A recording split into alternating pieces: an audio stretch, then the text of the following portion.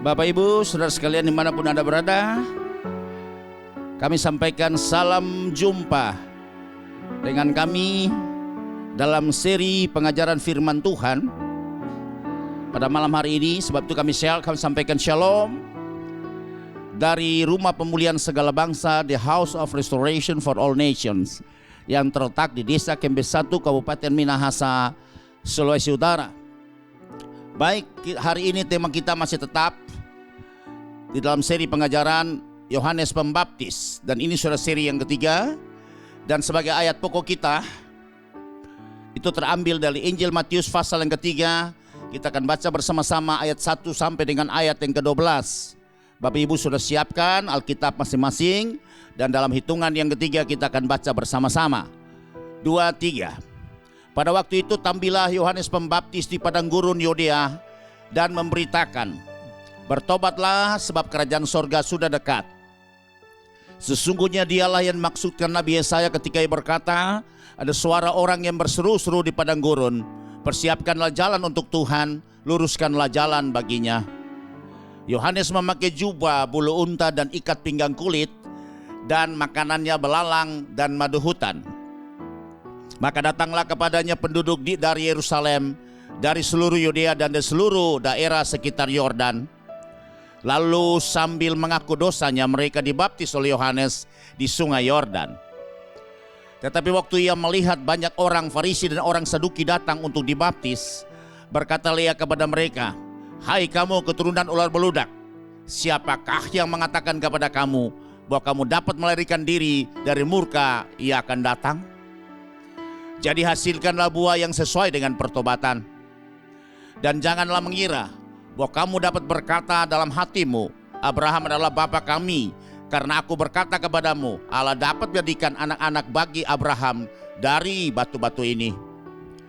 Kapak sudah tersedia pada akar pohon, dan setiap pohon yang tidak menghasilkan buah yang baik pasti ditebang dan dibuang ke dalam api. Aku membaptis kamu dengan air sebagai tanda pertobatan, tetapi ia yang datang kemudian daripadaku lebih berkuasa daripadaku, dan aku tidak layak melepaskan kasutnya. Ia akan membaptiskan kamu dengan Roh Kudus dan dengan api. Alat penampi sudah di tangannya. Ia akan membersihkan tempat pengirikannya dan mengumpulkan gandumnya ke dalam lumbung, tetapi debu jerami itu akan dibakarnya dalam api yang tidak terpadamkan." Demikianlah pembacaan ayat pokok kita dengan tema Yohanes Pembaptis dalam seri yang ketiga. Bapak Ibu yang Tuhan Yesus kasihi, ada 3 pribadi yang bernama Yohanes itu yang tertulis di dalam kitab Perjanjian Baru.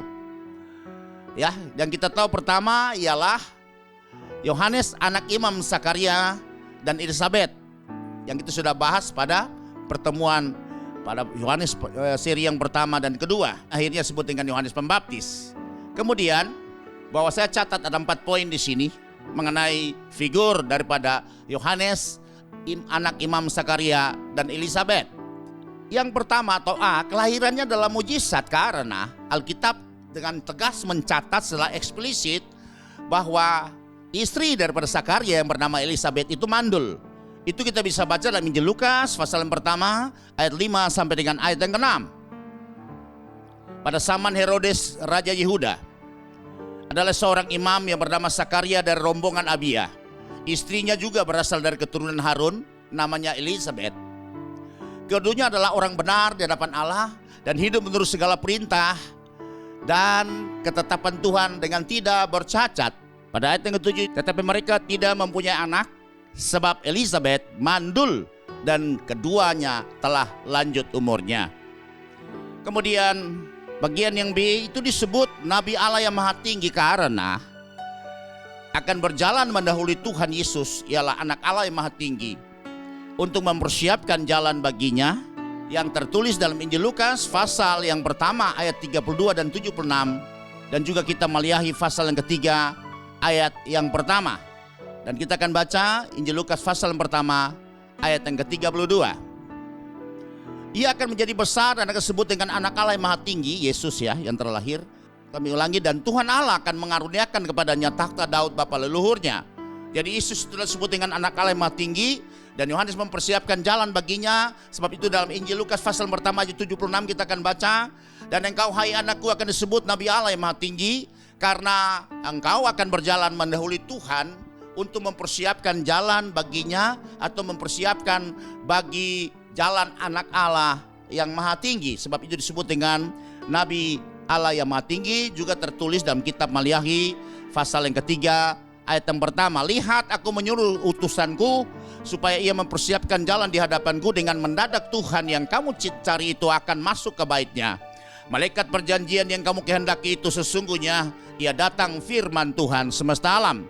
Kemudian poin yang ketiga, pekerjaan terbesar yang dilakukan oleh Yohanes adalah membaptis, sehingga diberi gelar Yohanes Pembaptis. Inilah hal yang menonjol yang tadinya pada perjalanan yang pertama dan kedua mengenai seri Yohanes, bahwa Yohanes seorang nabi besar karena dia mempersiapkan jalan bagi raja kemuliaan, yaitu Yesus sendiri. Tapi dia tidak mempunyai kitab dan tidak satu pun tanda mujizat yang dia buat selama pelayanannya di muka bumi ini. Kemudian kita masuk pada poin yang D atau yang keempat. Dia adalah nabi yang dimuliakan Allah untuk membaptis Yesus, saudara. Ya, dia membaptis Yesus sebagai anak Allah, karena demikianlah sepatutnya seharusnya terjadi untuk menggenapi seluruh kehendak, atau terjemahan yang lain di seluruh kebenaran Allah. Dan itu tertulis dalam Matius 3 ayat yang ke-15. Lalu Yesus menjawab, katanya kepadanya, biarlah hal itu terjadi, karena demikianlah sepatutnya kita menggenapkan seluruh kehendak Allah. Dan Yohanes pun menurutinya. Kita masuk pada bagian berikut adalah Yohanes yang kedua, yang figur yang kedua yang dicatat di dalam kitab Perjanjian Baru, yaitu Yohanes, saudara Yakobus, anak Zebedeus, salah satu dari 12 rasul, ya, yang tadinya menjadi murid Yesus ketika Yesus memanggil mereka. Itu tertulis dalam Injil Markus pasal yang pertama ayat 19 sampai 20, dan juga tertulis dalam Lukas pasal yang ke-6 ayat yang ke-14. Kita baca saja dalam Injil Markus pasal yang pertama ayat 19 sampai dengan yang ke-20. Dan setelah Yesus meneruskan perjalanannya sedikit lagi, dilihatnya Yakobus anak Zebedeus dan Yohanes saudaranya sedang membereskan jala di dalam perahu. Yesus segera memanggil mereka dan mereka meninggalkan ayahnya Zebedeus di dalam perahu bersama orang-orang upahannya, lalu mengikuti dia. Ya, sudah lihat, tanpa lagi, ya, namanya tedeng alin, tanpa alasan. Waktu Yesus memanggil kedua saudara bersaudara ini, langsung mereka meninggalkan ayahnya dan pekerjaan mereka, dan mereka mengikuti Yesus, ya. Luar biasa sekali. Kemudian kita masuk lagi pada figur Yohanes yang ketiga. Nah, ini sudah lihat di sini jarang dibahas, tapi saya angkat di sini supaya ini jadi perhatian kita juga, bahwa ada Yohanes yang ketiga, itu namanya Yohanes Markus. Dan kita tahu beberapa teolog sudah sepakat bahwa dia adalah penulis Injil Markus. Ia dibesarkan di Yerusalem dan termasuk angkatan pertama orang-orang pengikut Kristus pada saat itu, ya. Dan itu kita lihat rumahnya, itu tempat mereka berkumpul, ya, ketika Yesus sudah naik ke sorga, dan ketika Petrus juga ditangkap, dipenjarakan oleh Herodes, dan Yakobus sudah dipancung. Kemudian akhirnya kita tahu peristiwa ini di mana malaikat datang melepaskan Petrus, dan kemudian Petrus menuju ke rumah, ya, di mana Yohanes Markus ini tinggal bersama keluarganya, dan situ sudah banyak orang-orang kudus yang berkumpul bersama-sama dengan, ya, saudara-saudara seiman yang lain. Kita bisa baca dalam Kisah Rasul pasal 12 ayat yang ke-12. Dan setelah berpikir sebentar, pergilah ke rumah Maria, ibu Yohanes, yang disebut Markus. Nanti saudara baca perikop ini seluruhnya. Petrus itu dipenjara dan dilepaskan oleh Tuhan. Dan kita tahu di sini itu Maria itu adalah ibu Yohanes yang disebut Markus, atau ibu Yohanes Markus, saudara. Memang di Alkitab masih banyak Maria. Ibu Yesus juga nama Maria. Ada Maria Magdalena, ada Maria Salome. Ya, di situ juga banyak juga Maria, saudara. Sebab itu di sini bukan kebetulan, kan memang favorit sekali orang Yahudi atau orang Israel itu memberi nama kepada anak perempuan mereka itu dengan disebut Maria. Dan salah satu Maria ini adalah ibu Yohanes yang juga disebut Markus atau Yohanes Markus. Di situ banyak orang berkumpul dan berdoa di rumah daripada Yohanes Markus ini. Kita akan lanjut pada bagian B.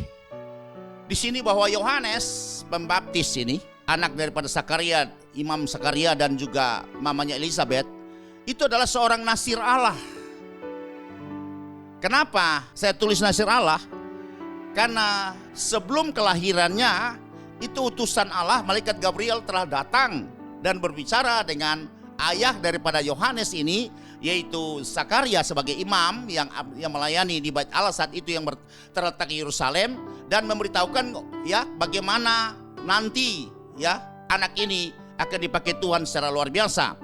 Dan itu tertulis juga di dalam Injil Lukas pasal yang pertama ayat yang ke-11 sampai 15 kita akan membacanya. Maka tampaklah kepada Sakaria seorang malaikat Tuhan berdiri sebelah kanan mezbah pembakaran ukupan. Ini malaikat Gabriel. Melihat hal itu dia terkejut dan menjadi takut.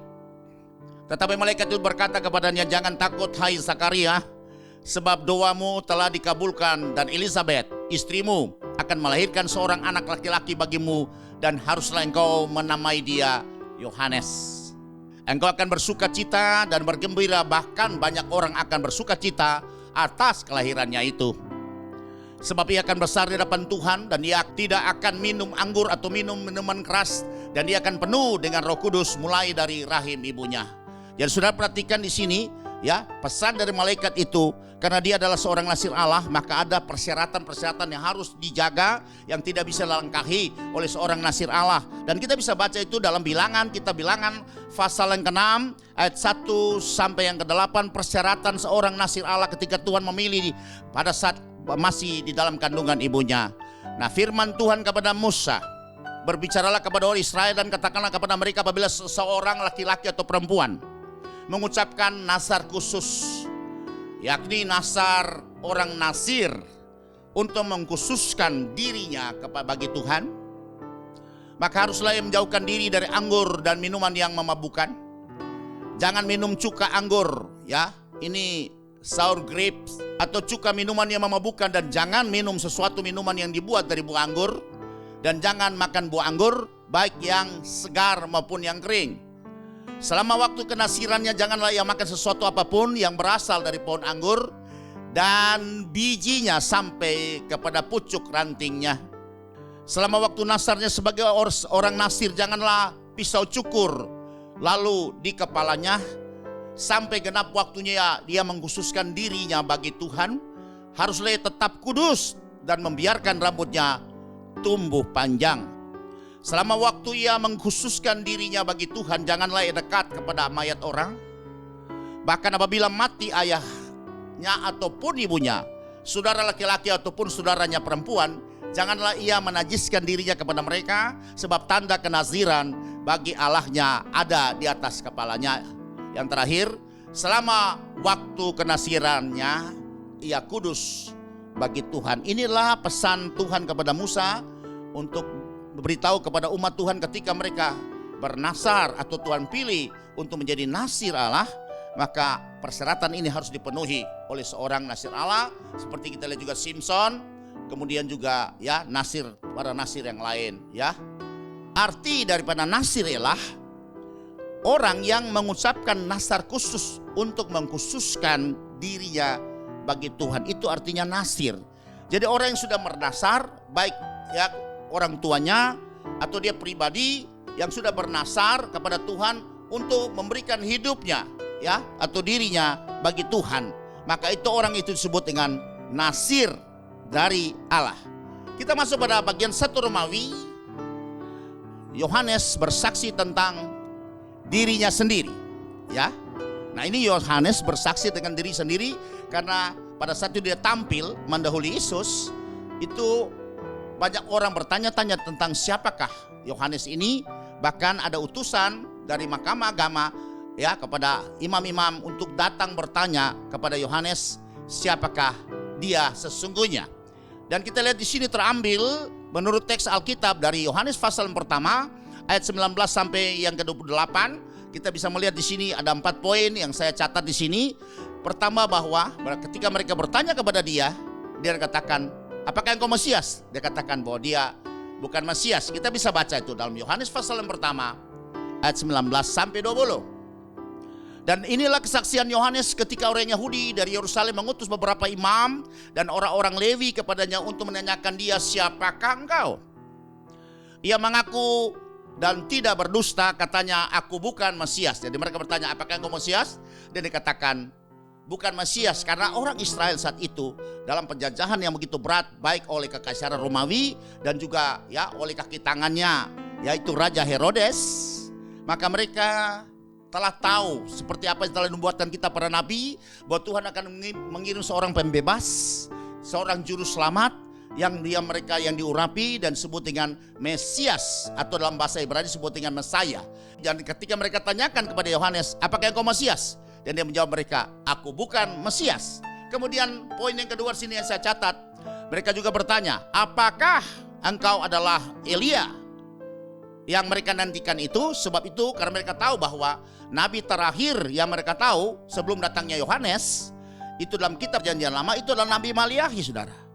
Ya, dengan kehadiran Yohanes itu kurun waktu kurang lebih 400 tahun. Tuhan tidak berbicara lagi kepada umat Tuhan.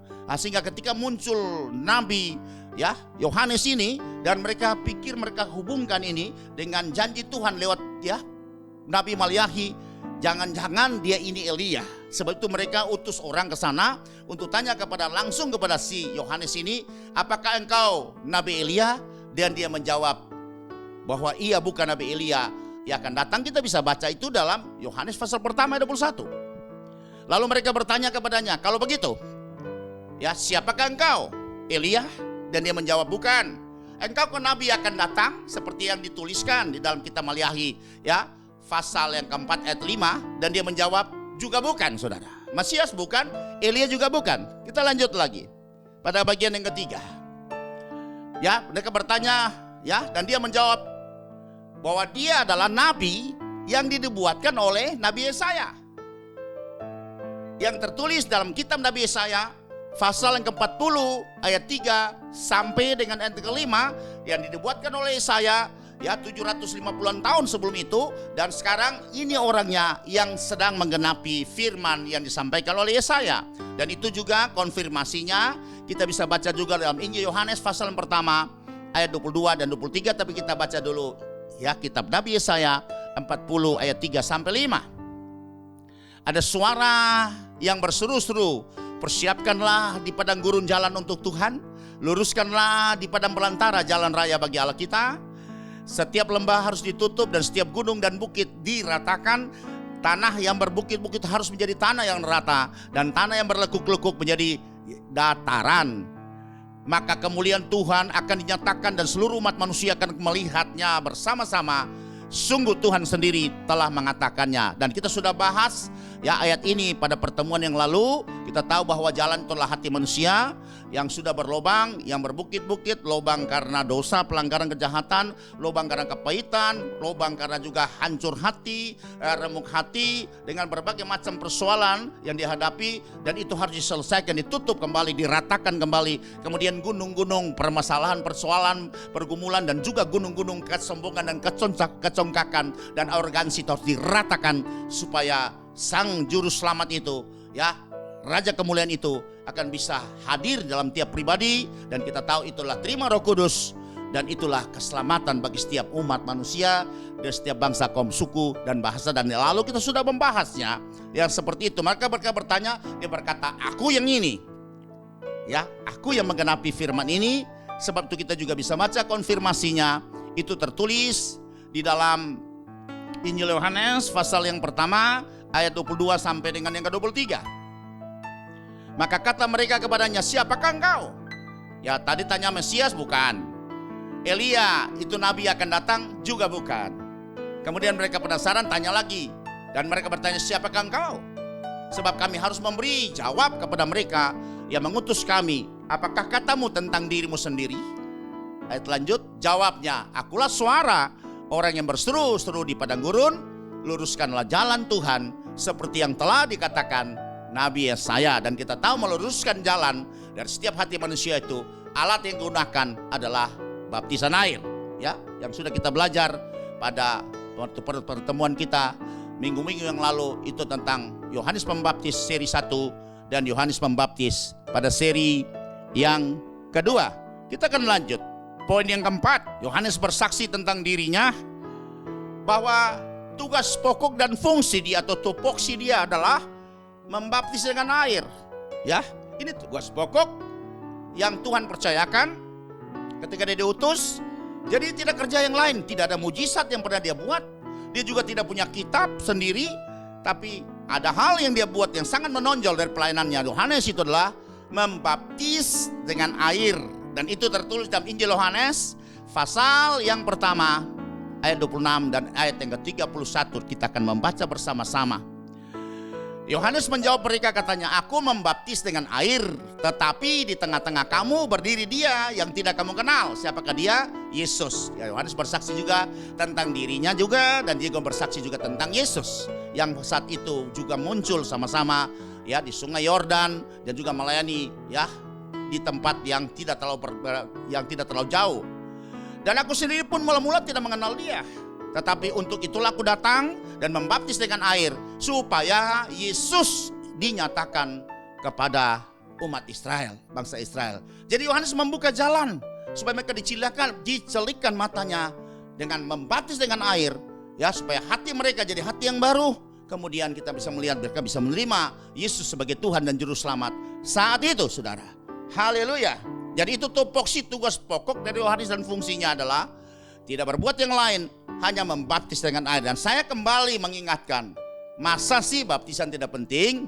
Seorang Yohanes, nabi Allah yang maha tinggi, ya, nabi di atas segala nabi, datang cuma dengan satu tugas tupoksi, tugas pokok dan fungsinya dia adalah bagaimana mempersiapkan jalan, yaitu umat Tuhan, yaitu Israel pada saat itu, dengan cara adalah membaptis dengan air. Haleluya. Kita masuk pada bagian selanjutnya adalah dari poin Romawi yang pertama, Yohanes bersaksi tentang dirinya sendiri. Kita akan masuk pada bagian B. Nah, kita akan lihat di sini pembanding kita ya dengan pernyataan Yohanes ketika ditanya oleh orang suruhan imam-imam. Menurut teks Alkitab dari kitab Maliahi pasal 4 dan juga dalam Injil Matius pasal yang ke-11 ayat 14, kita lihat karena di dalam Injil Matius itu Tuhan Yesus juga yang menyatakan siapakah Yohanes itu. Dan kita bisa lihat di sini. Yang pertama, harapan umat Israel bahwa Tuhan akan mengutus kembali Nabi Elia. Jadi satu pribadi yang Elia. Ya, mereka percaya Elia akan datang kembali. Entah dengan cara apa, pokoknya Elia akan datang kembali. Dan itu tertulis dalam kitab Maliahi pasal 4 ayat 5. Sehingga penantian ini yang kurun waktu sudah panjang banget itu. Makanya ketika Yohanes muncul, ada karakteristik atau tanda-tanda ciri-ciri yang mirip-mirip dengan Elia, dan mereka bertanya seperti itu. Maliaki pasal 4 ayat 5 kita akan baca kembali. Sesungguhnya aku akan mengutus Nabi Elia kepadamu menjelang datangnya hari Tuhan yang besar dan dahsyat itu. Hari Tuhan itulah hari kedatangan Yesus pertama ketika dia lahir di Bethlehem Efrata sebagai juru selamat dunia umat manusia. Nah, maka kita lihat di sini bahwa Tuhan akan mengutus Elia sebelum datang Yesus, seperti itu. Nah, sehingga mereka mempercayai bahwa Yohanes ini itu sepertinya Elia yang mereka nantikan itu. Kenapa? Karena masa keheningan itu kurang lebih 400 tahun di mana Tuhan tidak berbicara kepada umat Israel lewat nabi. 400 years of silence, atau masa keheningan di mana Tuhan tidak pernah lagi bicara apa-apa dengan umat Israel. Kalau saudara punya Alkitab, ada pembatas. Itu satu lembar ya, kertas kosong putih di sini. Itu satu lembarnya itu hanya tertulis perjanjian baru. Saudara tahu pembatas satu lembar putih ini kurun waktunya berapa tahun, saudara? Pakar teologi sudah menyelidikinya. Itu disebut dengan masa keheningan, di mana Tuhan tidak pernah bicara lagi kepada umatnya itu. Diperkirakan 400 tahun lamanya, saudara. Jadi saudara pegang satu lembar ini, itu lamanya, saudara. Berbicara itu adalah 400 tahun baru masuk kepada perjanjian yang baru, di mana yang pertama Tuhan bicara kembali ya kepada umat Israel lewat seorang imam, itu Imam Zakaria, ketika dia bertugas di Bait Allah yang terletak saat itu di Yerusalem, saudara. Kemudian kita masuk pada poin yang ketiga. Ada pernyataan dari Tuhan Yesus. Kalau tadi orang Israel itu memegang ya pernyataan nubuatan Nabi Malyahi.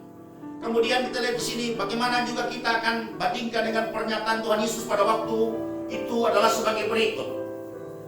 Di dalam Matius pasal yang ke-11 ayat 14 sampai 15. Dan berkata demikian, dan jika kamu mau menerimanya. Menerima siapa? Yohanes Pembaptis. Ialah Elia yang akan datang itu. Jadi Tuhan Yesus lagi bilang Elia. Kemudian ayat 15. Siapa bertelinga, hendaklah ia mendengar. Ya, perkataan ini cukup penting, attention di sini ya. Harus ada perhatian khusus bahwa kalau siapa menerima Yohanes, itulah Elia yang telah datang. Sebab itu orang Israel ngotot, apakah kau Elia? Tapi Yohanes bilang bukan. Dan siapa kau? Seperti itu. Dia berkata, aku tuh orang berseru-seru seperti yang dibuatkan oleh kitab Nabi ya, Yesaya pasal 40 tadi ayat 5 sampai ayat 3 sampai dengan ayat yang kelima. Demikian bunyinya ya. Oke, kita akan lanjut selanjutnya. Sekarang kita masuk pada bagian C. Itu jawaban dari perbedaan. Saudara lihat, karena sini ada perbedaan. Sehingga ini kalau bilang orang ya, para utusan, orang suruhan daripada imam-imam, apakah engkau Mesias? Bukan. Apakah engkau Elia, ya, Nabi Elia yang akan datang yang kami tunggu, orang utusan itu? Juga bukan. Jadi siapa kau? Yesus sendiri memberi pernyataan bahwa ya, Yohanes itu Elia. Tapi mari kita melihat, tentunya Alkitab tidak mungkin bertentangan. Ya, sebab itu saya tahu pada poin yang C ini, jawaban dari perbedaan antara pernyataan Yohanes dan juga Nabi Malyahi dan Tuhan Yesus pada saat itu, saudara. Ada 4 poin ini yang memberi penjelasan. Yang pertama, orang Israel menanti bahwa nanti akan datang seorang figur pribadi yang merupakan reinkarnasi Elia, saudara. Itu adalah pengertian yang dimiliki orang umat Israel pada saat itu. Jadi sehingga mereka katakan bahwa Yohanes Pembaptis itu adalah hasil reinkarnasi Elia. Tapi di sini jawabannya bahwa ternyata Yohanes Pembaptis bukan hasil reinkarnasi Elia. Ya, poin yang kedua di sini perhatikan. Sebab teori mengenai reinkarnasi itu bukan konsep teologi Kristen, saudara. Itu pada agama yang lain. Ya, agama Buddha, agama Hindu itu mengenal yang namanya teori reinkarnasi. Tapi konsep teologi Kristen tidak mengenal atau tidak menerima yang namanya teori reinkarnasi. Yesus adalah inkarnasi, menjelma, tapi bukan muncul kembali. Ada penciptaan yang kembali, ya. Haleluya, sudah perhatikan itu. Nah, sebab itu di sini jawaban yang jelas adalah kalau 2 hal pernyataan yang di atas pada poin 1, 2, berarti Yohanes jelas bukan reinkarnasi Elia seperti apa yang dipahami oleh orang Israel pada saat itu. Jadi siapa dia? Ternyata ayat menjelaskan bahwa Yohanes Pembaptis itu memiliki roh dan kuasa yang sama dengan Nabi Elia. Dan perhatikan di sini, dan itu tertulis dalam Injil Lukas pasal yang pertama ayat yang ke-17 kita akan baca bersama-sama. Sehingga perbedaan itu ternyata di sinilah jawabannya. Ya, dan ia akan berjalan mendahului Tuhan dalam roh dan kuasa Elia. Ini adalah penyampaian malaikat Tuhan atau Gabriel kepada Zakaria untuk yang menyatakan bahwa anak sebentar yang akan dilahirkan itu kau beri nama Yohanes. Ya. Dan anak ini luar biasa karena dia akan mendahului Tuhan Yesus dan dia berjalan dalam roh dan kuasa Elia. Artinya berarti dia memiliki kuasa dan roh seperti yang juga diberikan Bapa kepada Elia, dan kuasa dan roh yang sama juga diberikan kepada ya Yohanes, anak Zakaria itu. Untuk apa? Untuk membuat hati bapak-bapak berbalik kepada anak-anaknya dan hati orang-orang durhaka kepada pikiran orang-orang benar, dan dengan demikian menyiapkan bagi Tuhan suatu umat yang layak baginya. Ya, itu pernyataan yang malaikat Gabriel sampaikan kepada Zakaria pada saat itu, dan juga diperkuat kita bisa baca juga ya di dalam Injil Matius pasal 17 ayat 10 sampai 33. Kalau sudah lihat itu dengan perikop berjudul Yesus dipermuliakan di atas gunung. Karena waktu itu kita lihat waktu Yesus membawa murid-murid, 3 murid, Petrus, Yohanes, dan Yakobus. Dan kemudian mereka melihat bahwa Yesus berdiri dan didampingi oleh Musa dan Elia saat itu. Ya, dan ini Yesus katakan dalam Matius 17 ayat yang ke-10 sampai 13. Demikian bunyinya. Lalu murid-muridnya bertanya kepadanya, kalau demikian, mengapa ahli-ahli berkata bahwa Elia harus datang dahulu? Nah, ini reinkarnasi Elia ya. Nah, lihat, karena pemahaman daripada ahli Taurat pada saat itu seperti ini, saudara. Ayat yang ke-11. Jawab Yesus, memang Elia akan datang dan memulihkan segala sesuatu. 12. Dan aku berkata kepadamu, Elia sudah datang, tetapi orang tidak mengenal dia dan memperlakukannya menurut kehendak mereka. Demikian juga anak manusia akan menderita oleh mereka. Lanjut. Pada waktu itu mengertilah murid-murid Yesus bahwa ia berbicara tentang Yohanes Pembaptis. Ya, jadi Yesus juga mengatakan Elia sudah ada di tengah-tengah kamu. Ternyata yang dimaksudkan itu bukan reinkarnasinya Elia, tapi itu merupakan satu pribadi yang berbeda dengan Elia, tapi diperlengkapi oleh Bapa dengan roh dan kuasa yang sama dengan Elia pada waktu dulu. Ya, ini demikian sehingga Alkitab tidak pernah bertentangan, saudara. Pada poin yang keempat, banyak kemiripan antara Yohanes Pembaptis dan Elia. Nah, sebab itu ini sudah kita bahas secara detail. Itu saudara, Bapak saudara sekalian, Bapak Ibu saudara sekalian, nanti lihat ya pelajaran kita pada seri pengajaran Yohanes Pembaptis 2, itu bagian Romawi 2, itu dengan judul hubungan paralel ya dari Elia dengan Yohanes Pembaptis ya. Saya tidak ulangi di sini, tapi saya hanya mengangkat ini supaya nanti Bapak Ibu bisa melihat materi yang lalu, atau bisa membuka YouTube juga bisa melihat yang lalu, bahwa jelas sekali di sini bahwa ada yang saya catat ini ada 6 poin kemiripan antara Yohanes Pembaptis dan Elia ya. Pakaian mereka sama, dari bulu binatang juga, kemudian semangat dan keberanian juga sama. Kemudian juga kita bisa melihat bagaimana ya poin-poin yang lain itu peristiwa semua adalah sama, saudara. Ada mirip ya, atau sebut dengan hubungannya paralel antara kedua orang ini, pribadi ini. Nanti Bapak Ibu bisa melihat materinya kembali. Saya tidak ulangi di sini karena materi sudah ada pada pertemuan kita dengan ya perikop Yohanes Pembaptis seri 2. Itu 2 Romawi, itu jelas hubungan paralel dari Elia dengan Yohanes Pembaptis. Ada 6 poin di situ saya catat ya. Sepertinya lebih, saudara, tapi saya 6 poin saja. Oke, selanjutnya kita akan lanjut. Bagian berikutnya adalah poin 2 Romawi. Kalau tadi yang pertama Romawi, Yohanes bersaksi tentang dirinya sendiri. Nah, ini sekarang poin 2 Romawi, ya, Yohanes bersaksi tentang Kristus Yesus. Pada A ini menurut teks Alkitab itu tercatat dari Injil Matius pasal yang ketiga 11 sampai 12. Juga ada di dalam Injil Markus pasal yang pertama 7 sampai 8. Ini Injil sinoptis sama, saudara. Dan juga ada dalam Injil Lukas pasal 3 ayat 16 sampai 17. Dan di sini tertulis jelas dari kesaksian Yohanes menurut teks Alkitab dari Matius 3 ayat 11 12 itu sama dengan Markus, sama dengan Lukas. Dan ada 3 poin yang saya catat di sini dari kesaksian Yohanes tentang Yesus Kristus. Itu yang pertama, bahwa kedatangan Yesus Kristus yang pertama dalam rupa manusia itu lebih berkuasa daripada dia Yohanes. Untuk apa? Menyelamatkan, saudara. Nah, kita bisa baca itu dalam Matius pasal yang ketiga ayat yang ke-11 dulu. Nah, dikatakan seperti ini. Aku membaptis kamu dengan air sebagai tanda pertobatan. Ini adalah Yohanes. Tetapi ia, siapakah ia? Yesus Kristus, yang datang kemudian daripadaku. Karena mereka selisih umur 6 bulan. Yohanes bekerja lebih dulu, melakukan pekerjaan apa lebih dulu. Kemudian akhirnya sesudah Yohanes ya datang, Yesus sudah dibaptis. Yesus juga punya pelayanan sendiri dengan murid-muridnya, sama-sama membaptis juga. Yohanes membaptis dan Yesus juga membaptis dengan murid-muridnya. Dan Yohanes menyatakan ini pada kedatangan dia yang pertama, tetapi yang datang kemudian daripadaku lebih berkuasa daripadaku, dan dia tidak layak melepaskan kasutnya.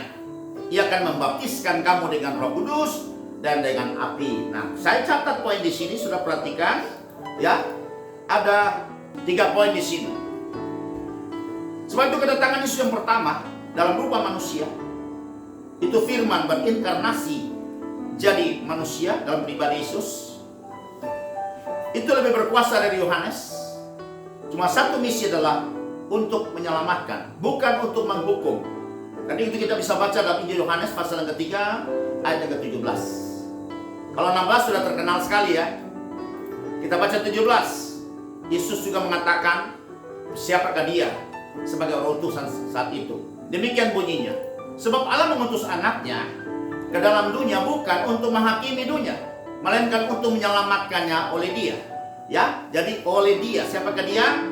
Yaitu Yesus. Jadi Yesus datang pertama kali seperti apa yang dibuatkan oleh Yohanes itu dalam Matius tadi pasal ketiga 11, bahwa dia datang pertama kali bukan untuk menghakimi dan menghukum, tapi dia datang untuk menyelamatkan ya dunia dari dosa, pelanggaran dan kejahatan mereka. Nah, itu adalah kedatangan dia yang pertama. Ya, kita akan lanjut lagi. Ya, pada poin yang kedua. Poin yang kedua kita lihat di sini, itu pernyataan itu tertulis dalam pada ayat yang ke-11 juga masih. Saudara lihat di sini, ada satu kata-kata di dalamnya itu dalam Injil Matius 3:11 atau juga dalam Lukas 3:16 itu, bahwa Yohanes berkata, aku membaptis kamu dengan air sebagai tanda pertobatan, tapi dia datang kemudian daripadaku, lebih berkuasa daripadaku, dan ada kata, aku tidak layak melepaskan kasutnya. Ya, apa arti? Saya percaya setiap perkataan firman itu punya makna, punya arti ya. Ya, tidak berlalu dengan percuma saja, bukan kata-kata puitis atau apa, tapi pasti punya arti-artinya. Kalau sampai Yesus sudah tidak bisa lagi disentuh, bahkan kasutnya, itu berarti Yesus yang sudah ada dalam kemuliaan, atau Yesus yang sudah dipermuliakan ya. Sesudah Yesus dipermuliakan. Nah, sebab itu kalau kita belajar khusus ya mengenai Christ Events, itu ada 2 bagian besar. Yang pertama ada humiliation of Christ, atau perendahan penghinaan Kristus. Dan yang kedua adalah exaltation of Christ, atau pemuliaan atau pengagungan Kristus. Nah, dari 7 peristiwa besar yang Yesus lakukan itu untuk demi menyelamatkan umat manusia, sudah perhatikan. Yang pertama adalah datang sebagai manusia, berinkarnasi sebagai manusia. Itu adalah perendahan. Allah jadi manusia, ya, turun kelasnya, itu perendahan namanya. Yang kedua, ya, kalau sampai dia datang sebagai manusia, itu kasutnya bisa dilepaskan, saudara. Yang kedua, dia mati, ya, dia lahir, dia mati juga itu dalam kehinaan, saudara, karena mati sebagai orang terkutuk, tergantung antara langit dan bumi di atas kayu salib, dan itulah kutuk, saudara. Kemudian dia dikuburkan juga, itu penghinaan.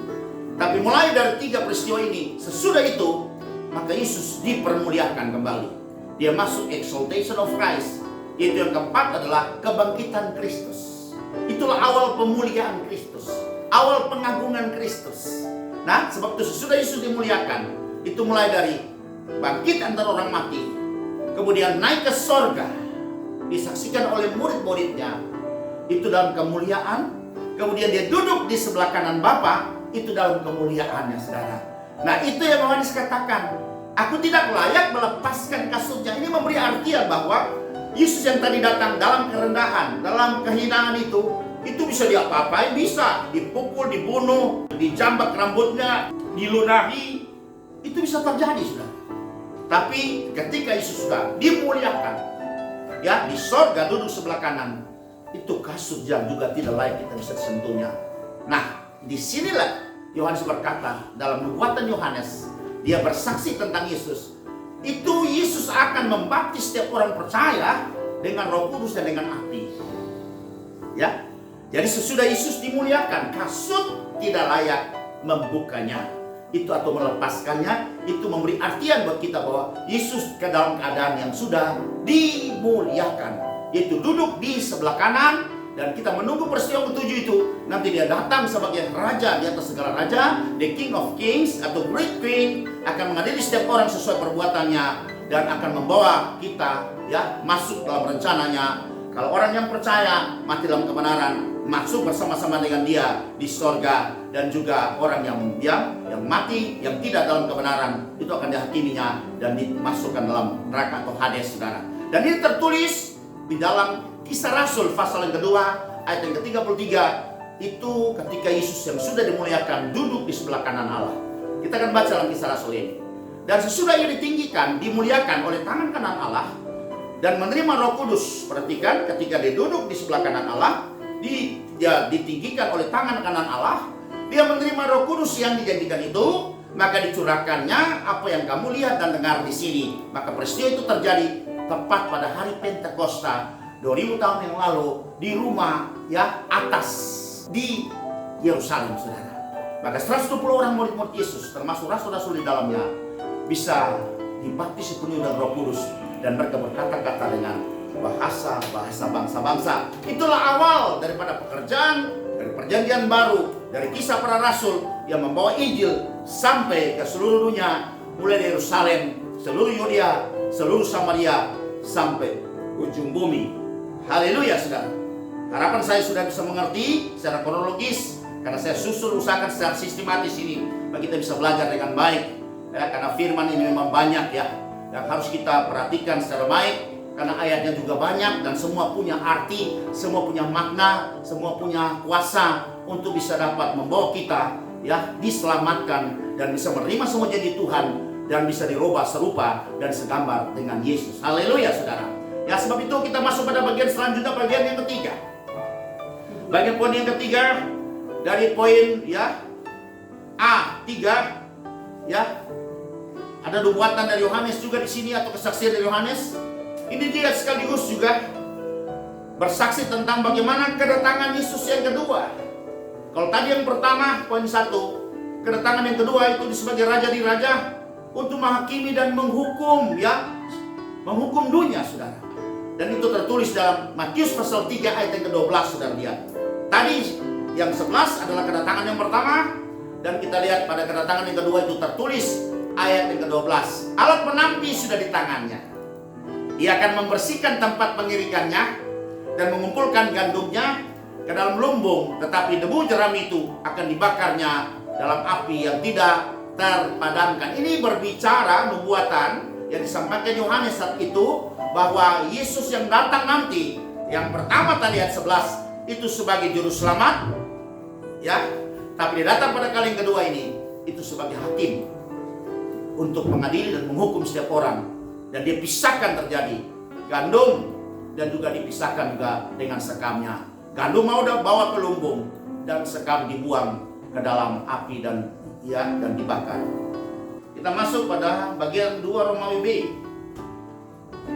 Ini terambil menurut teks Alkitab dari Injil Yohanes pasal pertama ayat 29, 33, 34 dan Yohanes pasal 3 ayat 22 ayat 30 sampai 36. Ada 9 kesaksian mengenai Yesus yang disampaikan oleh Yohanes Pembaptis saat itu. Dan pertama kita akan lihat bahwa Yesus adalah anak domba Allah yang menghapus dosa dunia. Ketika muncul, Yohanes melihat Yesus datang dan dia langsung berkata saat itu secara spontan, karena dia seorang nabi, dia mendapat pengertian, dia mendapat iluminasi dari Roh Kudus dan berkata, itu anak domba Allah. Padahal kita mencatat bahwa Yohanes juga tidak mengenal Yesus. Walaupun mereka sepupuan, dikatakan second cousin, tapi mereka jarang ketemuan karena Yesus tinggal di utara, di wilayah Galilea, sedangkan Yohanes tinggal di selatan, di wilayah Yudea. Dan jarak dari kedua wilayah ini itu 100-an kilo lebih, saudara. Mereka jalan ketemuan kecuali 1 tahun 1 kali ketika orang dari utara, yaitu keluarga daripada Yesus sendiri, mama papanya turun untuk bisa merayakan Paskah Musa di Yerusalem, karena saat itu Bait Allah di Yerusalem, saudara.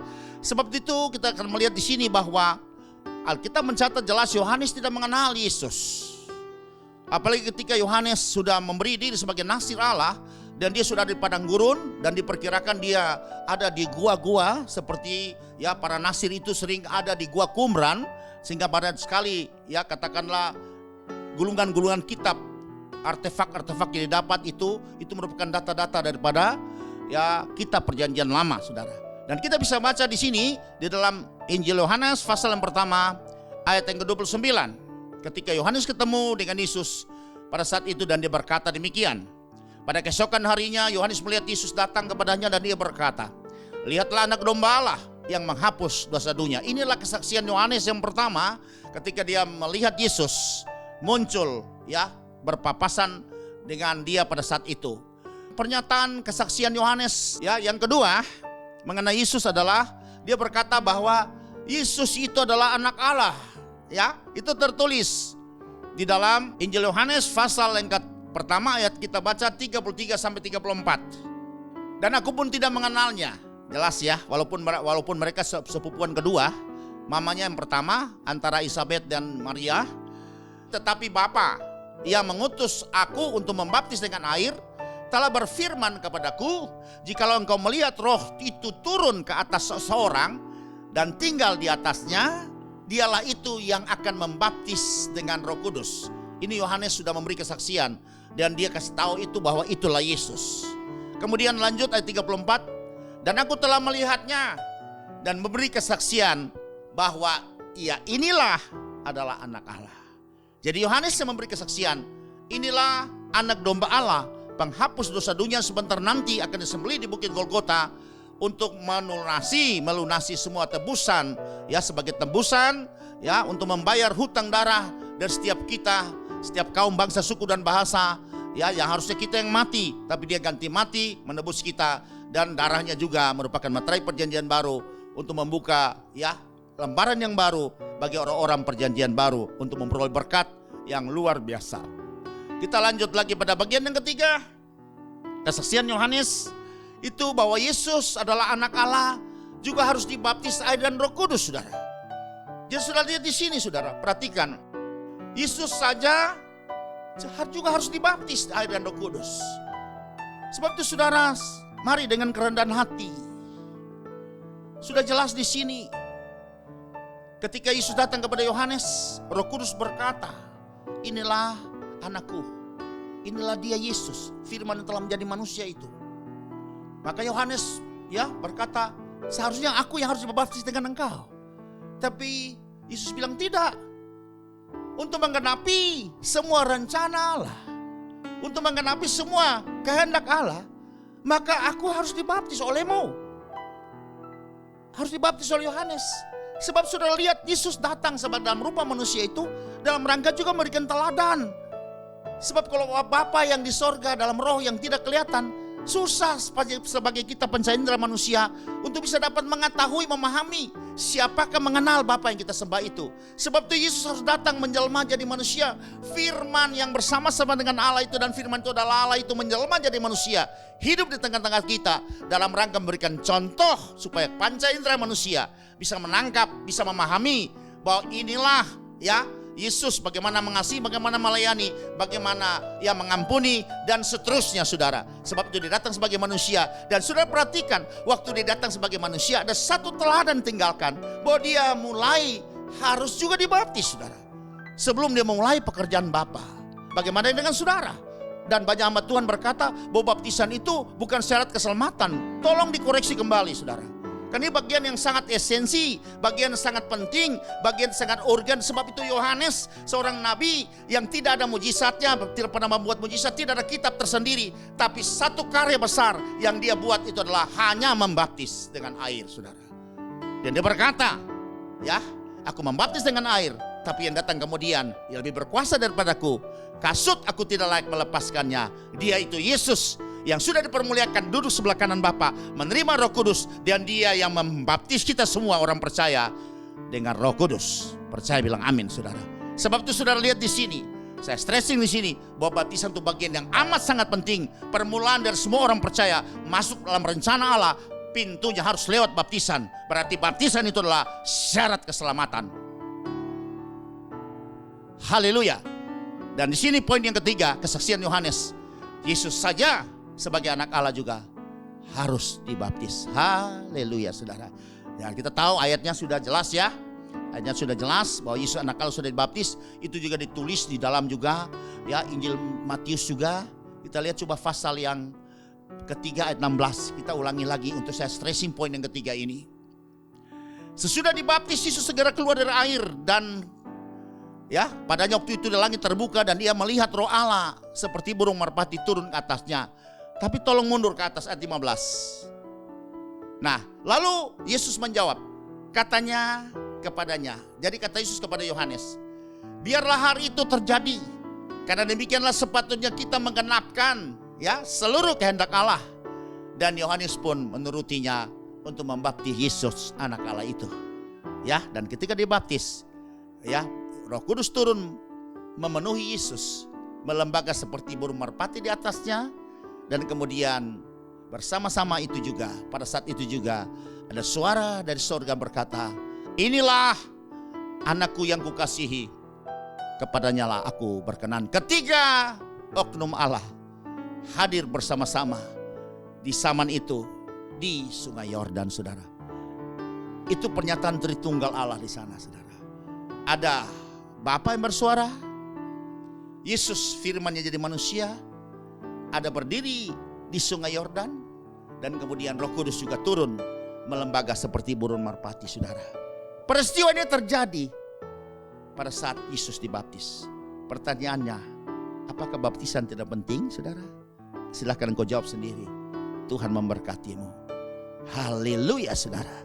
Kita akan lanjut lagi pada bagian selanjutnya. Pada poin yang keempat daripada bagian 2 Romawi B, Yohanes bersaksi tentang Yesus. Di sini dikatakan juga bahwa Yesus juga dengan murid-muridnya membaptis, saudara. Dan itu tertulis juga dalam Injil Yohanes pasal yang ketiga ayat yang ke-22. Sesudah itu pergi dengan murid-muridnya. Yohanes juga punya murid, Yesus punya murid. Sama-sama Yohanes membaptis. Yohanes sering pakai Sungai Yordan. Ya, kenapa? Karena memang sungai banyak airnya, karena proses baptisnya adalah selam. Kemudian dia juga pilih juga satu tempat di Ainon dekat Salim. Ada paragraf terakhir keterangan, karena di situ juga banyak airnya. Kenapa harus dipilih tempat yang banyak air? Berarti artinya baptisan itu selam, saudara. Dari arti kata saja secara harfiah itu menyatakan baptisan itu selam, saudara. Itu sudah tidak terbantahkan, tidak perlu didebat lagi, saudara. Haleluya. Sebab itu di sini ayat berkata, sudah Yesus pergi dengan murid-muridnya ke tanah Yudea, dan dia diam di sana bersama-sama mereka dan membaptis, saudara. Jadi ada dua grup sekarang, dua kelompok. Yohanes dengan murid-muridnya membaptis, dan Yesus juga dengan murid-muridnya sama-sama membaptis. Haleluya. Ya, inilah kesaksian Yohanes, ya, yang tertulis dalam Injil Yohanes pasal yang ketiga ayat 22. Lanjut lagi, saudara. Kita lanjut pada ayat 30 sampai 36. Selanjutnya itu pada poin yang kelima. Dikatakan di sini, Yesus adalah mempelai laki-laki dan orang percaya yang sudah dibaptis adalah mempelai perempuan. Ini ada kalimat yang penting, saudara, dan kita tahu kabar mempelai bahwa gereja Tuhan itu menanti satu saat waktu Yesus datang pada kali yang kedua. Ya, kita tahu setiap orang yang mati dalam Kristus, dalam kebenarannya akan bangkit, tubuh diubah. Kemudian mereka yang masih tinggal, masih hidup juga tubuh diubah, dikumpul bersama-sama menyongsong Tuhan di angkasa. Dan di atas ada dua acara, yaitu pertama takhta pengadilan ya Kristus untuk memberi 5 mahkota kepada orang-orang sesuai dengan perbuatan yang dia buat selama dia hidup dan semuka bumi ini.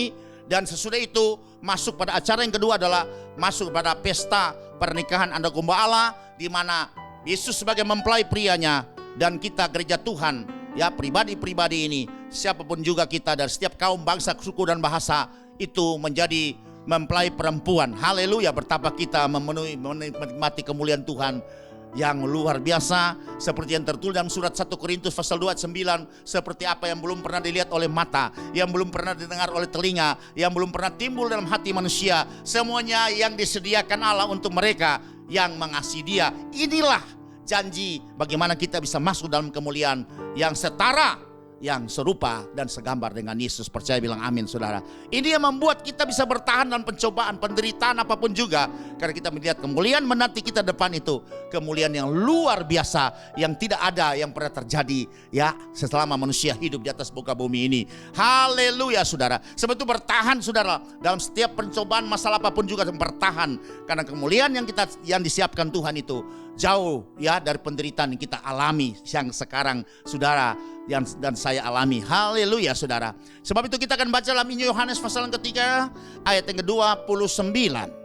Demikian bunyinya, yang empunya mempelai perempuan ialah mempelai laki-laki. Tetapi sahabat mempelai laki-laki yang berdiri dekat dia dan yang mendengarkannya sangat bersuka cita mendengar suara mempelai laki-laki itu. Itulah sukacitaku, dan sekarang sukacitaku itu penuh. Itu Yohanes berkata, karena kita lihat dia mengatakan suatu profetik, satu nubuatan, kesaksian bahwa Yesus itulah mempelai laki-laki. Dan sekarang dia merupakan sahabat daripada Yesus mempelai itu, dan dia berdiri dekat ya Yesus, yang berdiri ya dengan dia, dan yang mendengarkannya sangat bersuka cita. Haleluya saudara. Ini adalah kesaksian Yohanes mengenai Yesus yang adalah mempelai laki-laki. Kita akan masuk pada poin B yang ke-6. Itu ada pernyataan Yohanes yang luar biasa, bahwa dia hanya sebagai pembuka jalan, kemudian itu harus semakin hari semakin menghilang, dan Yesus yang dipromosikan kembali. Dan kita tahu akhirnya Yohanes ditangkap, dipenjarakan, dan pada saat Herodes berulang tahun, ya anak tiri daripada Herodes itu, ya putri daripada Herodias menari, dan disaksikan oleh semua pejabat negara-negara atau kerajaan-kerajaan dia undang saat itu, dan disuruh berjanji di depan publik seperti itu, bahwa apapun yang kau minta aku akan kabulkan. Dan atas hasutan daripada ibunya, mereka meminta kepala Yohanes Pembaptis. Dan pada saat itu hanya Yohanes selesai masa karya di muka bumi ini. Dan nubuatan ini, kesaksian ini telah disampaikan Yohanes sendiri dalam Injil Yohanes pasal 3 ayat yang ke-30 saudara. Ia harus semakin besar. Siapakah ia? Yesus. Tetapi aku harus semakin kecil. Yohanes menyadarinya. Siapakah dia? Ya, inilah luar biasa. Yesus yang harus diutamakan, dan saya harus selesai. Kurang lebih begitu.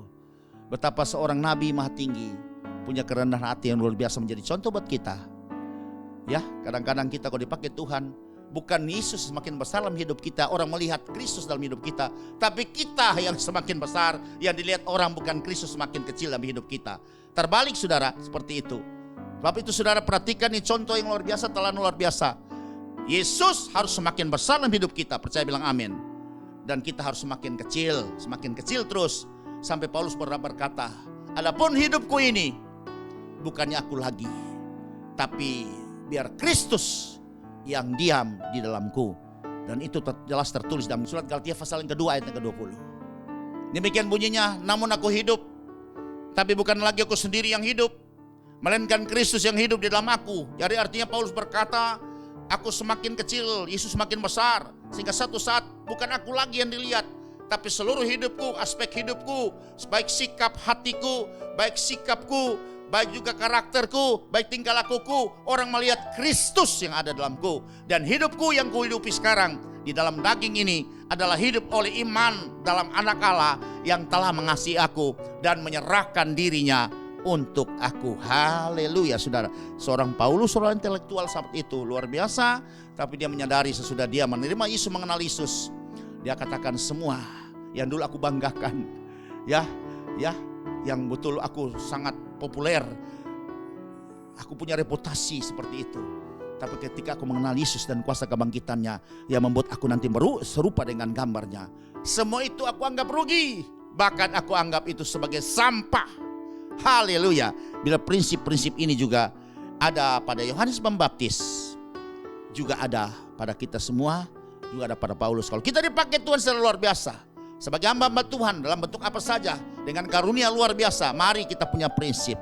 Aku semakin berkurang-kurang dan Kristus semakin bertambah dalam hidupku. Sehingga pada satu saat gilirannya, bukan aku lagi orang lihat, tapi seluruh hidupku itulah Kristus, ya, dan kemuliaannya. Haleluya, percaya bilang amin. Supaya kita tidak mencuri sedikit pun kemuliaan Tuhan. Haleluya saudara. Kita masuk pada bagian yang ke-7. Apapun yang Yesus katakan bahwa Allah adalah benar. Ya. Sebab itu di sini kita bisa baca dalam Yohanes pasal 3 32 sampai 33. Jadi ia memberi kesaksian tentang apa yang dilihatnya. Jadi Yesus selalu begitu saudara. Kan dia sebagai orang utusan, dia tidak berkata sendiri-sendiri, Tapi dia berkata kepada orang saat itu semua. Ya, dan itu Yohanes katakan juga kepada orang-orang saat itu. Bahwa yang Yesus katakan itu semua adalah kesaksian itu benar. Sebab dia tidak berkata dari diri sendiri, tapi seperti apa yang dia lihat dan dia dengarnya itu. Ya, tidak seorang pun yang menerimanya kesaksian itu. Ayat 33, siapa menerima kesaksiannya itu? Ia mengaku bahwa Allah adalah benar. Sebab itu inilah kesaksian Yohanes, bahwa harus percaya kepada dia. Yang datang kemudian lebih besar daripada aku. Bahwa apa yang dikatakan itu seperti Bapa katakan kepada dia. Apa yang didengar dari Bapa, yang dilihat dari Bapa, itu yang dikatakan, bukan idenya dia. Ya, dan kita tahu bahwa Allah itu adalah benar. Sehingga dikatakan oleh Allah lewat suara penyambung lidahnya, yaitu Yesus anaknya juga, kesaksiannya itu adalah benar. Jadi kita sebagai penyambung lidah, sebagai pemberita kebenaran, biar apa yang pun kita katakan itu, biarlah itu perkataan yang benar.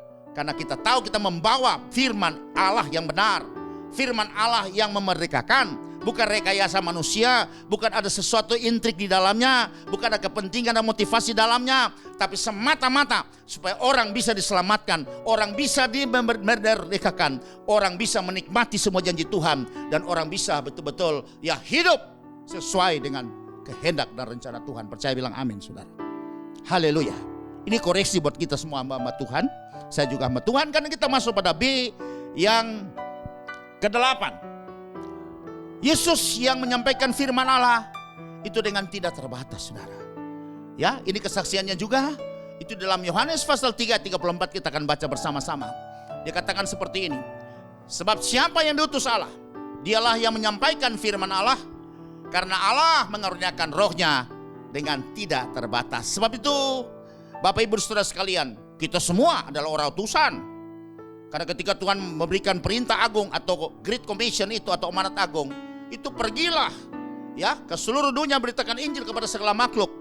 Itu tidak ya memandang apa kita laki-laki perempuan, kita adalah orang-orang yang mungkin khusus sebagai pelayan khusus, atau kita sebagai mungkin penetua syamas, atau katakan apalah di dalam gereja kita sebagai pelayan-pelayan gereja kita. Semua kita terpanggil dalam panggilan yang sama. Ya, untuk apa? Sebagai orang utusan. Sebab itu kalau kita pergi untuk bisa memberitakan, menyampaikan firman Allah, maka kita lihat Tuhan akan mengaruniakan kepada kita rohnya dengan tidak terbatas. Yesus yang sudah memulai lebih dulu, dia yang menyampaikan firman Allah, karena dalam dia ada roh Allah yang menyertainya. Kepenuhan roh Allah itu dalam dia, sehingga dia menjadi orang yang tidak terbatas. Demikian juga saudara, kalau kita juga diutus keluar, pergi, bukan tinggal di tempat, ya, maka kita juga akan menyampaikan firman Allah sebagai orang utusan Allah, sebagai ambasador, ya, maka Allah akan menurunkan kepada kita rohnya dengan tidak terbatas, saudara, sehingga kita akan kuat senantiasa untuk bisa melaksanakan tugas-tugas amanat agung yang dipercayakan kepada kita, sampai ya seluruh lidah bisa mengaku dan seluruh lutut bisa bertelut mengaku Yesus sebagai Tuhan dan Juru Selamat bagi kemuliaan Bapa yang di sorga. Kita lanjut pada B yang ke-9. Percaya dan taat kepada Yesus, ia beroleh hidup yang kekal. Kita akan baca dalam Injil Yohanes pasal 3 ayat ke-36. Demikian kata Yohanes Pembaptis saat itu.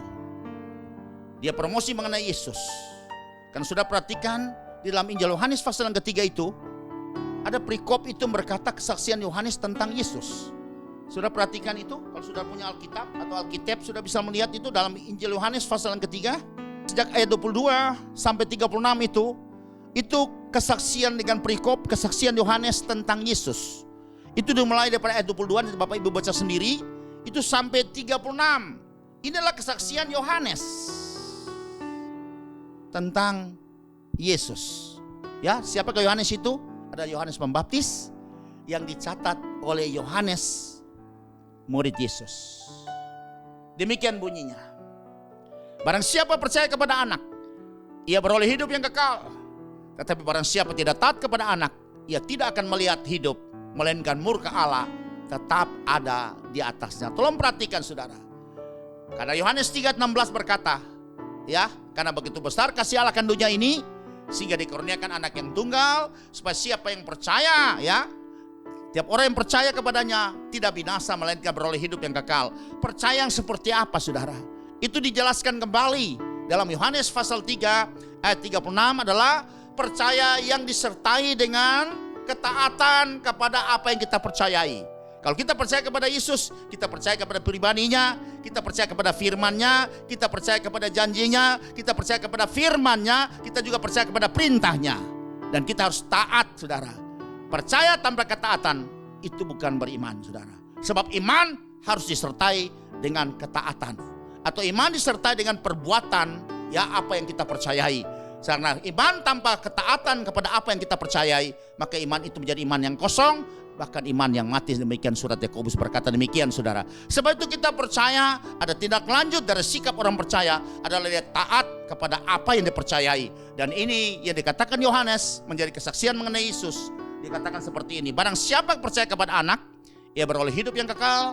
Tetapi barang siapa tidak taat kepada anak, ia tidak akan melihat hidup, melainkan murka Allah tetap ada di atasnya. Demikian ada 9 kesaksian yang saya angkat di sini sesuai dengan teks Alkitab dalam Injil Yohanes pasal pertama dan juga Injil Yohanes pasal yang ketiga yang sudah kita bahas dari 1 sampai 9. Dan akhirnya, saudara yang kekasih, jadilah orang utusan dan beritakanlah Injil. Jangan pasif, saudara, tapi kita menjadi alat Tuhan luar biasa menjelang Tuhan datang pada kali yang kedua. Maka Tuhan akan mengaruniakan kepada kita Roh Kudus-Nya dengan tidak terbatas. Amin. Berbahagia setiap orang yang mendengar firman Tuhan, menerimanya, memeliharanya, menyimpan dalam hatinya, dan melakukannya. Saat ku masuk ke hadirat-Mu, bawa persembahan ke tempat kudus-Mu. Pujian ku naikkan, sembah ku berikan bagi-Mu Allah yang mulia. Kau layakkan ku menghampiri-Mu, melihat tahta kemuliaan-Mu Tuhan. Pujian sembahku berikan bagi-Mu Allah yang mulia.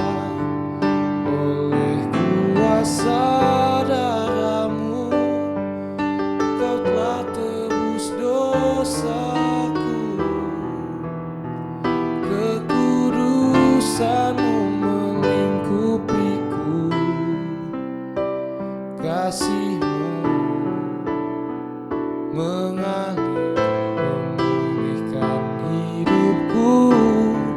Sungguh besar anugerah-Mu, Kau selamatkan hidupku.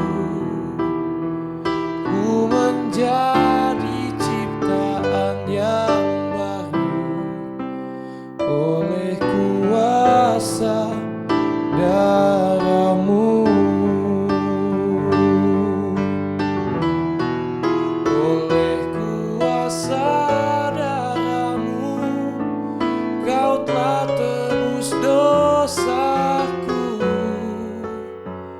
Kekudusan-Mu melingkupiku,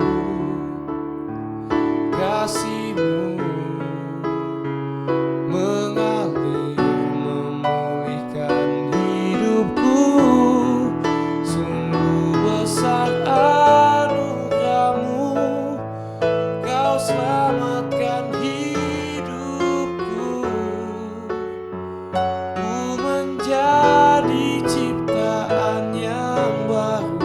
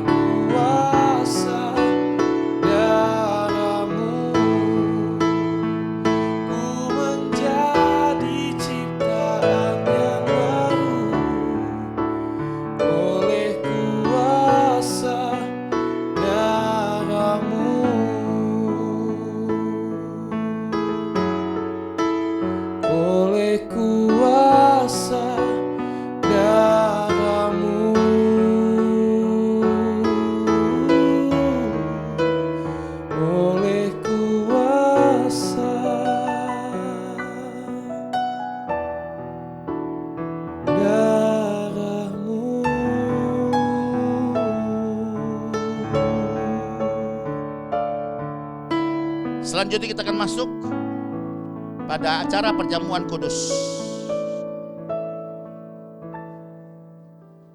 Mari Bapak Ibu siapkan roti dan anggur di rumah masing-masing. Dan kita akan berdoa memberkati roti biasa dan anggur biasa ini. Dan kita percaya ketika kita melepaskan berkat atasnya dari Bapa, Tuhan Yesus dan Roh Kudus, sebagaimana Yesus juga pada malam terakhir, pada perjamuan terakhir di ruang atas Tuhan, di ruang atas dari rumah loteng di Yerusalem, dia memberkati roti itu, kemudian memecah-mecahkannya dan berikan. Dia katakan, inilah tubuhku yang diserahkan karena kamu. Demikian juga dia melalui cawan dia memberkatinya, dan berkata, inilah cawan pengucapan syukur di atasnya. Kita ucapkan syukur adalah persekutuan dengan darahku, darah penebusan dan materai perjanjian baru. Mari ketika kita percaya bahwa roti biasa dan anggur biasa ini, sesudah kita melepaskan berkat atasnya, dan kita yakin, kita beriman bahwa sorga memperhitungkan ini sebagai tubuh dan darah Yesus. Mari kita berdoa. Bapa yang baik, yang mengasihi kami dengan kasih yang kekal, di hadapan kami sekarang ada roti biasa dan anggur biasa. Tapi kami percaya ketika kami melepaskan berkat atasnya, maka sorga telah memperhitungkan ini menjadi tubuh dan darah Yesus, yang sebentar nanti akan menyatu dengan tubuh dan darah kami, akan menjadi kekuatan yang baru, ya, bisa mendapat suplai hal-hal yang ilahi, hal-hal yang supernatural, sehingga kami menjadi orang excellent, kami menjadi orang yang supernatural. Dan kami percaya di dalam tubuh dan darah Yesus ini ada bilur-bilurnya Tuhan Yesus. Dan firman berkata, oleh bilur-bilurnya Tuhan Yesus, sakit penyakit kita apapun disembuhkan. Disembuhkan asal engkau percaya. Karena di dalam bilur ini ada obat yang bisa mengobati apapun sakit penyakit kita, farmasikal dan terapeutikal. Di dalam nama Tuhan Yesus kami melepaskan berkat atasnya, berkat dari Bapa, Tuhan Yesus dan Roh Kudus. Amin.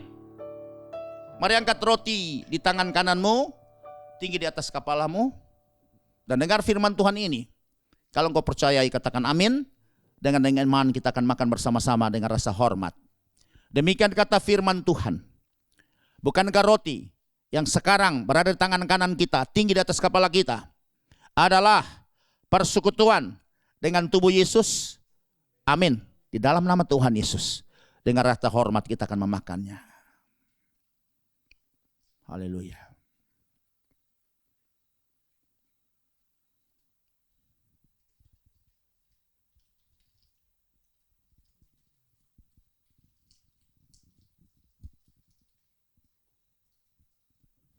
Ambil cawan, angkat di tangan kananmu tinggi di atas kepalamu. Dengar perkataan firman Tuhan ini. Kalau engkau percayai, katakan amin. Dan dengan iman, dengan rasa hormat, kita akan meminumnya cawan ini. Demikian kata firman Tuhan. Bukankah cawan pengucapan syukur, yang atasnya kita ucapkan syukur, yang sekarang berada di tangan kanan kita, tinggi di atas kepala kita, adalah persekutuan dengan darah Yesus? Amin. Di dalam nama Tuhan Yesus, kita akan meminumnya dengan rasa hormat.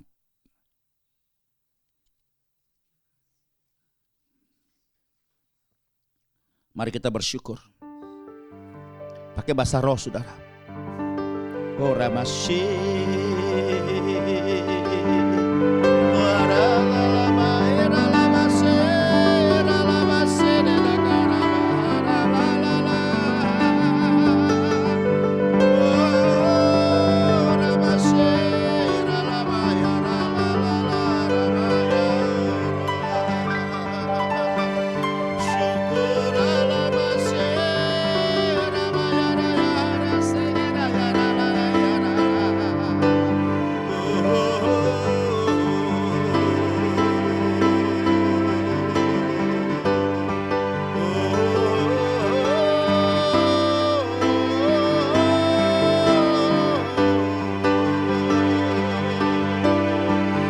Kasih Tuhan buat tubuh dan darah-Mu yang sudah menyatu dengan tubuh dan darah kami.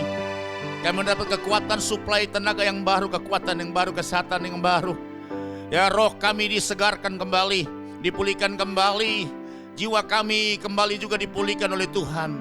Dan kami terlalu percaya tubuh jasmani kami juga dikuatkan kembali oleh Tuhan. Yang sakit hari ini pasti disembuhkan oleh Tuhan. Karena darah Yesus, tubuh Yesus, di dalamnya ada bilur-bilur Tuhan Yesus. Dan firman berkata, oleh bilur-bilurnya Tuhan Yesus, sakit penyakit kami semua disembuhkan, sembuh dalam nama Tuhan Yesus. Apapun sakit penyakitmu, terima kasih Tuhan. Terima kasih buat semua pengorbananmu. Terima kasih Tuhan buat semua jaminanmu Tuhan. Terima kasih Tuhan buat semua apa yang telah Kau buat. Kami tidak bisa berkata, tidak ada kata, tidak ada daya selain memuji dan menyembah-Mu Tuhan. Kita katakan glory buat Yesus. Glory buat Yesus.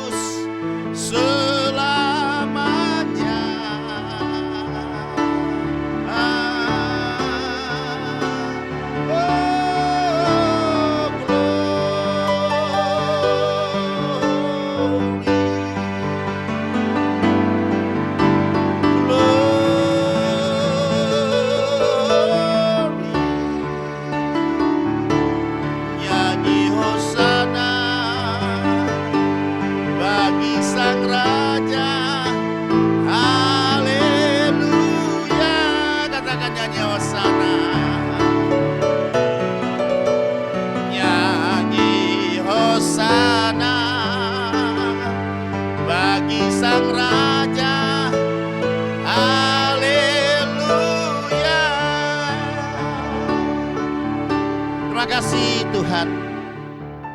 Terima kasih buat firman-Mu yang bisa menguatkan kami, untuk memberi kami pemahaman yang lebih luar biasa lagi. Kami bisa mengumpul mana 2 kali lipat di akhir zaman ini sebelum Kau datang pada kali yang kedua. Karena kami sudah ada di waktu-waktu yang terakhir. Dan kami percaya Tuhan, firman inilah yang menjadi kekuatan buat kami. Menjadi sesuatu yang supranatural buat kami. Jadi sesuatu yang extraordinary buat kami. Terima kasih Bapa dalam surga. Dan juga tubuh dan darah-Mu Tuhan yang telah menyatu dengan tubuh dan darah kami, juga merupakan jaminan yang luar biasa. Tidak ada kata, tidak ada daya selain memuji dan menyembah-Mu ya Bapa. Terima kasih Tuhan. Kami percaya semua persoalan anak-Mu Tuhan selesaikan dengan cara Tuhan. Di mana sejauh firman ini dapat didengar, maka berkat Tuhan akan menyertai kami semua. Kami percaya yang sakit telah disembuhkan. Yang datang dengan beban berat telah diberikan kelegaan. Yang datang dengan persoalan masalah pergumulan, pulang dengan jalan keluar yang daripada Tuhan. Karena Tuhan tidak pernah kekurangan cara dan jalan untuk menyelesaikan semua persoalan kami semua. Yang datang dengan ketidakkatan, pulang dengan kelepasan yang daripada Tuhan. Yang datang dengan duka cita, pulang dengan sukacita yang daripada Tuhan. Yang datang dengan hati yang galau, pulang dengan ketenangan yang daripada Tuhan. Kami menerima iman yang dibaharui kembali, kasih yang dibaharui kembali, dan pengharapan kami, pengharapan yang tidak mengecewakan. Inilah kami di hadapan hadirat-Mu Tuhan. Dengan iman sekarang, sebelum kami berpisah, kami percaya ada berkat spesial buat kami yang Tuhan siapkan buat kami. Kami akan mengadakan, mengangkat tangan kami ke hadapan hadirat-Mu.